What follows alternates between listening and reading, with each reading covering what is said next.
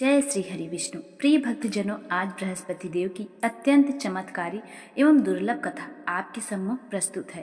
कहते हैं जो भी श्रद्धा और विश्वास के साथ इस कथा को सुनता है उसका जीवन दुखों से मुक्त हो जाता है और बृहस्पति देव जी उसकी समस्त मनोकामनाएं पूर्ण करते हैं।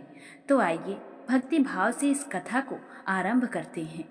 एक समय भारतवर्ष में एक पराक्रमी, दयालु और प्रजा का पालन करने वाला राजा राज्य करता था।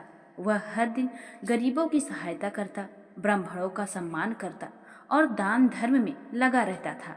परंतु उसकी रानी का स्वभाव इससे बिल्कुल विपरीत था। रानी को दान पुण्य करना अच्छा नहीं लगता था। वह सोचती थी कि धन को बांटने से वह कम हो जाता है, इसलिए गरीबों से दूरी बनाए रखती थी और मंदिर पूजन से भी बचती रहती थी। एक दिन राजा राज्य के काम से दूर चला गया और रानी महल में अकेली रह गई। उसी समय बृहस्पति देव एक साधु के भेष में भिक्षा मांगते हुए उसके द्वार पर पहुंचे। उन्होंने विनम्रता से कहा, हे देवी, कुछ दान दे दो ताकि मेरा जीवन यापन हो सके। रानी ने नाराज होकर कहा, मैं दान पुण्य से तो तंग आ चुकी हूँ। मेरा पति भी हर समय धन लुटाता रहता है। मेरी इच्छा है कि यह धन ही न रहे तो किसी को कुछ देना ही नहीं पड़ेगा। साधु ने आश्चर्य से कहा, देवी, धन, संतान, सुख, समृद्धि सब लोग चाहते हैं। अगर धन अधिक है तो उससे भला करो, भूखे को भोजन खिलाओ, प्यासे के लिए प्याऊ बनवाओ, यात्रियों के लिए धर्मशाला बनवाओ, निर्धनों की बेटियों की शादी कराओ। इन कार्यों से तुम्हारा यश बढ़ेगा, पितरों को शांति मिलेगी और ईश्वर की कृपा सदा बनी रहेगी। परंतु रानी के हृदय पर कोई असर नहीं पड़ा। वह कठोर स्वर में फिर से बोली, आप मुझे सीख ना दे। मैं ऐसा धन ही नहीं चाहती जो सबके लिए खर्च करना पड़े। फिर साधु ने बोला, यदि तुम्हारी यही इच्छा है तो सुनो, आने वाले बृहस्पतिवार को घर को गोबर से लीपना, पीली मिट्टी से सिर को धोना और कपड़ों को धोबी के यहाँ धुलने के लिए डालना। तुम्हारा धन स्वयं ही नष्ट हो जाएगा। इतना कहकर साधु वहाँ से चले गए।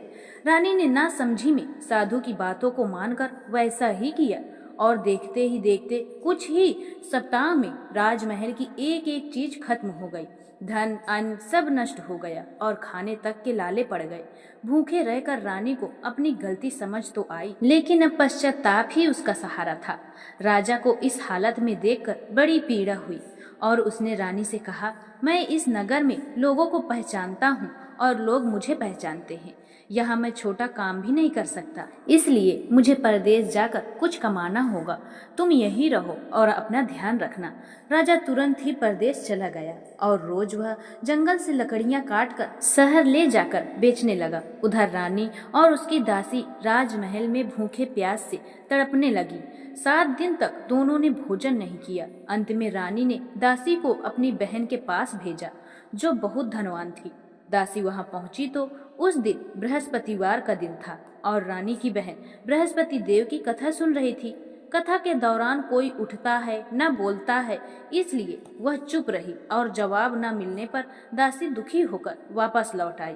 जब रानी ने यह सुना तो उसका दिल और टूट गया। इधर जब कथा समाप्त हुई तब बहन को ध्यान आया और वह तुरंत रानी के पास गई। उसने प्रेम से पूछा, बहन, क्या तकलीफ है? रानी फूट फूट कर रोने लगी और बोली, हमारे घर में खाने तक के लिए अनाज नहीं है। बहन ने कहा, पहले घर तो देखो, अवश्य ही ईश्वर तुम्हारी मदद करेंगे। रानी ने दासी को अंदर भेजा और आश्चर्य, एक घड़ा पूरा का पूरा अनाज से भरा हुआ मिला। उनकी आंखों में आशा की रोशनी लौट आई। दासी ने कहा, जब भगवान ने कृपा की है तो अब व्रत और पूजा भी करनी चाहिए। बहन से विधि पूछ लो। रानी ने व्रत की विधि पूछी और बहन ने कहा कि बृहस्पतिवार को चने की दाल और गुड़ लेकर केले की जड़ और भगवान विष्णु का पूजन करो, पीले वस्त्र और पीला भोजन ग्रहण करो और कथा इस दिन अवश्य सुनो। 7वें दिन आने पर रानी और दासी ने सच्चे मन से व्रत किया, लेकिन भोजन कहाँ से लाती? तब भगवान बृहस्पति देव साधारण व्यक्ति का रूप धारण कर उनके लिए स्वादिष्ट पीला भोजन लेकर भेज दिया। दोनों ने प्रसन्नता पूर्वक प्रसाद ग्रहण किया और हर गुरुवार व्रत करती रही।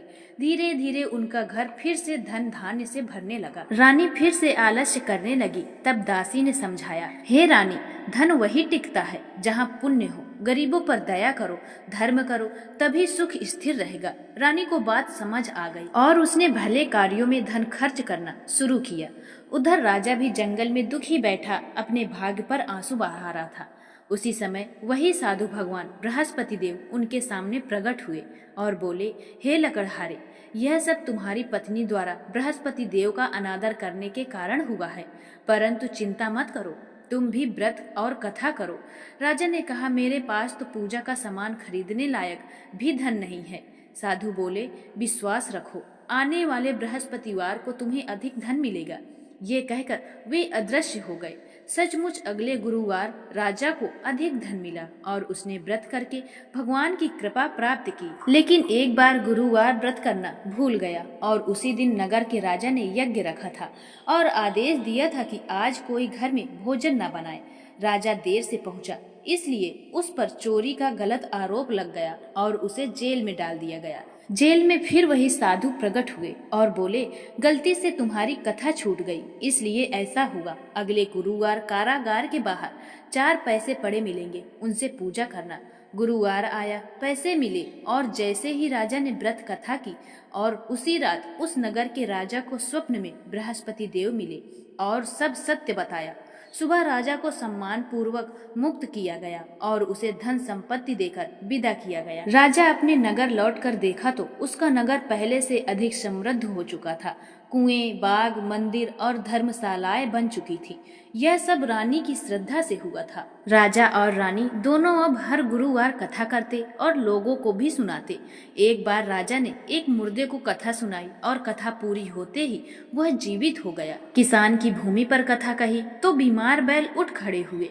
लोगों ने यह बात फैल गई कि बृहस्पति देव की कथा से चमत्कार होते हैं। राजा रानी के पास सब कुछ था, बस संतान नहीं थी। तब बृहस्पति देव कृपा कर रानी के गर्भ में एक सुंदर पुत्र की प्राप्ति कराई। घर में खुशियां लौट आई, उत्सव मनाया गया। बृहस्पति देव की लीला और कृपा असीम है। जो भी सच्चे मन से व्रत कथा करता है एवं सुनता है, उसकी हर इच्छा पूर्ण होती है। इसलिए भक्तजन बृहस्पति देव का सदा स्मरण करें और कहें, प्रेम से बोलिए, बृहस्पति देव की जय, विष्णु भगवान की जय। तो प्रिय भक्तजन, ये थी बृहस्पति देव की व्रत कथा। अगर आप चैनल में पहली बार आए हैं तो वीडियो को लाइक करके हमारे चैनल को सब्सक्राइब करके अपना आशीर्वाद हम पर बनाए रखें और कमेंट में जय श्री हरि विष्णु अवश्य लिखें। श्री कृष्णाय नमः।